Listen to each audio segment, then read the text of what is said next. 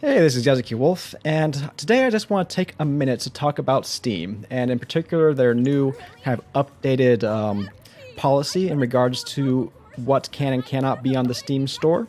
You're gonna notice that I have a Honey Pop. It's a sort of a visual novel. Well, not really a visual novel. I guess it's more like a dating simulator game in the background.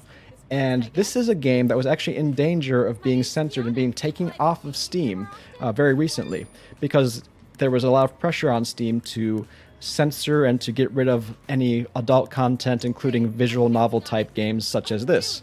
And now, just to be clear, there actually is no nudity in the Steam version of this game. Everything is clothed, even when you unlock pictures of the girls that you're dating in the game. They are all clothed in all of them. In order to actually get the nude version, you have to go outside of Steam and download an extra patch. So even on Steam, it wasn't that this was a nude or like a pornographic game per se. But I mean, you're looking at this game, and this is a game that I actually enjoyed quite a bit. And it's not because this is sort of the genre of games that I usually play. I think this is probably the only one that I can say that I've ever really played for more than like a minute or two before I moved on. But this was something that my then girlfriend, now wife, was interested in, and she thought it looked really cute and fun to play, and so we downloaded it and we played it together, and it was a lot of fun. It's a surprisingly well-made game. It's not just a dating simulator. It actually has a very complex puzzle.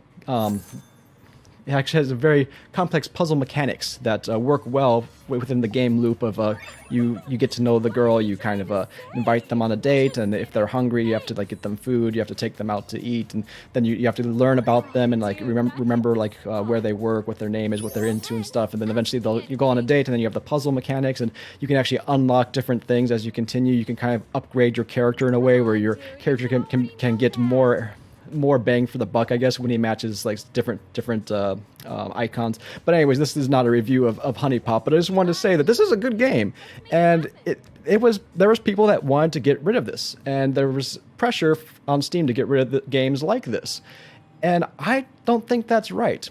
And I'm glad that Steam has come out now and said, no, we're not going to do it. We're going to keep these things on Steam. Anything that's not illegal or just straight up trolling. And we're not 100% sure on what they mean by trolling, but the feeling of the post that they put up, the who gets to be on the Steam store post, sounds to me like their general policy is that they're going to be hands off, but they want to just have enough of a leeway to know that if there is a case where you really need to step in, like where it's obvious that this is not a legitimate game, that they will have some quality control in terms of what is considered a complete functional game. But other than that, they're going to just be hands off and let the market run itself. And for me, that is the beauty of the internet. That is everything that has made the internet great. Yes, the internet has a lot of crap. There's a lot of horrible people that make horrible posts and everything on the internet. But you know what? The freedom of expression that is allowed in this open marketplace of ideas is what also gives us new great innovations and new great ideas and exchanges of ideas. And once you start censoring that stuff, and not only just censoring to say like get rid of the bad stuff, you have to keep in mind, who are you putting in charge of that? Do you really want to give companies and organizations the ability to decide what you can and cannot see? Really, you have to think of this. This is a marketplace. If there's a bad game, it's not going to sell, and it's not going to be seen. Because ultimately, Steam, all they want to do is they just want to promote the games that are popular. So if the game is not popular, it's not going to be promoted. It's not going to be on the front page. And that's something I don't really get about a lot of the arguments that I hear where they say, oh, Steam's just going to like open the floodgates and everything, all these horrible games and all this horrible content is going to be a sludge pool on the Steam store now. And for example, Jim Sterling. I love a lot of his content. He's really great commenter in the games industry. But he often gets on Steam's case about having too much crappy games. And I just don't get it. Because maybe it's just me, but when I look on the Steam store, I don't see a lot of crappy games. I see games that are very, what's the word? That are very pinpoint, like what I'm looking for. it'll give me titles that are very much games that I am interested in looking at. So, for example, let's go ahead and let's go ahead and look at the Steam store right now. All right, so here we are at the front page of the Steam store, and I'm looking at this. Like, I don't see hordes of horrible content, horrible like adult pornographic content. I don't see shovelware, asset flips. I don't see any of this. I see on at the very big front page, we see I'm subscribed to 4gamer.net as a curator, because it's a website that I trust, and I look at a lot of reviews from that website, and these are games that they're recommending to me. So I know that all these games here are being recommended to me, particularly because I am a subscriber of 4gamer.net. Then I have other games that I've showed interest into in the past. It's telling me about those. I know also they also have, these are games that my friends are playing. So if I see something I'm interested in here, I can even ask my friend, like, oh, here's my friend down here. I can ask them, what's this game like? So it's not like I don't have any way to decide if I'm interested in these games or not. Because first off, the games that are being recommended are either extremely popular, well-reviewed games, or they're games that are connected to things that I've played in the past, or to the games that my friends are playing, or they're things that have been curated by people that a curator that I've actually decided that I trust, right? Or down here, if we have just these random things that aren't, see, this just is, it's popular right now, and it's not actually, it's not really specifically targeting me. Well, I could still go in here and be like, okay, what about, actually I know what budget cuts is, but let's say,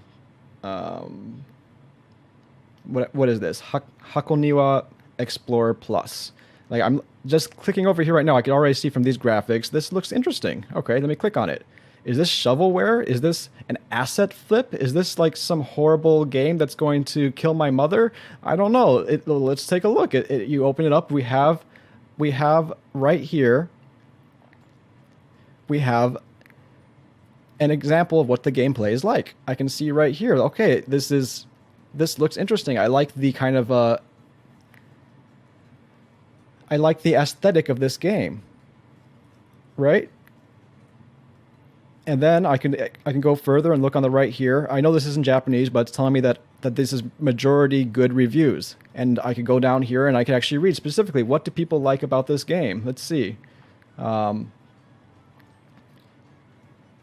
here we have Hakoniwa Explorer Plus has so much to offer. I'm very surprised at the cost is so little, despite the fact that it has so much content, and we could go on and read more about that. And then down here, I have a person who doesn't like the game. I can find out why he doesn't like it. I can also see how long these people have played this. So are these people that are just playing for, like this guy, he didn't like the game, but he played it for 30 minutes, all right? This guy liked it, he played it for 11 hours, 15 hours. I can figure out just from that how much content is in this game. There's at least 11 hours of content for people to play through, at least. It looks, according to these reviews, there's 5 hours, 3 hours, 20. This guy played the game for 20 hours, And then if I don't trust these reviews, because these are just the most popular reviews, I can specifically go up here and say, show me the negative reviews. And here we go. We got negative reviews. I can read exactly what the negative reviews are. I could be like, okay, the game looked and played promising, had a few game-breaking bugs that forced me to have a refund. So I just realized it could be buggy. Maybe I'll look into that, see if the bugs are still there, see if they're bugs that would actually bother me or not. There's so much here for me to decide if this is a game I want to play. And even if that wasn't enough, I could download it, play it for up to 2 hours, and still return it. So I seriously do not understand. Let me get out of here and go back to the main page. Like, I seriously don't understand this kind of fear that people are going to be bombarded with horrible games on their Steam on the Steam store now.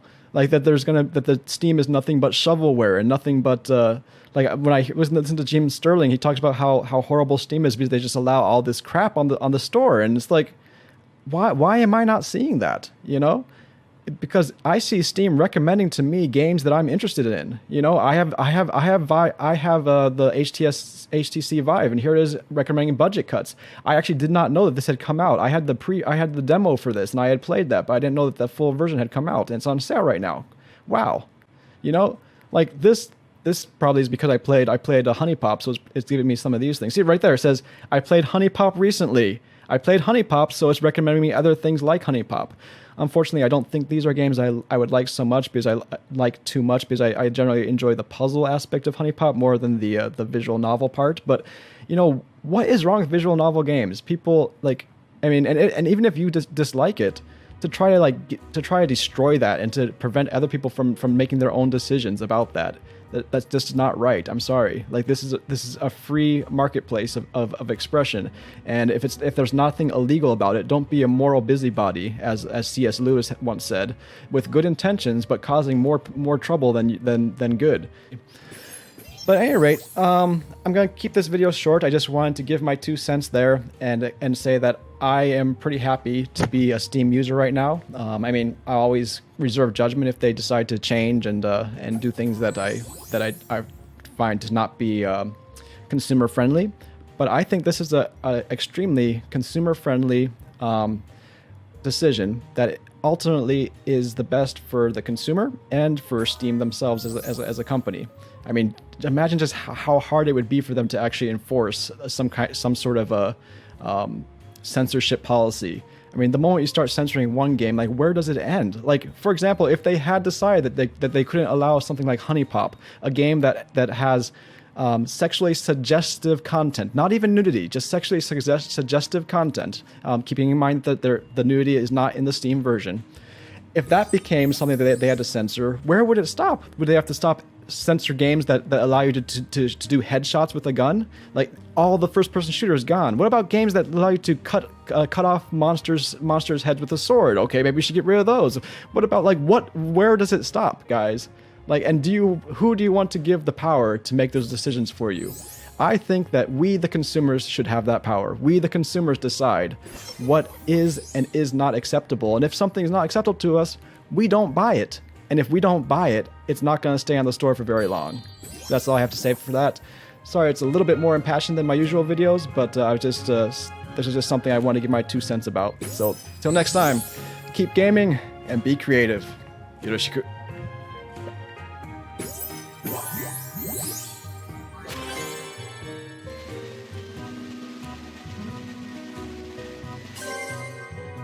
We should do that again, like super soon.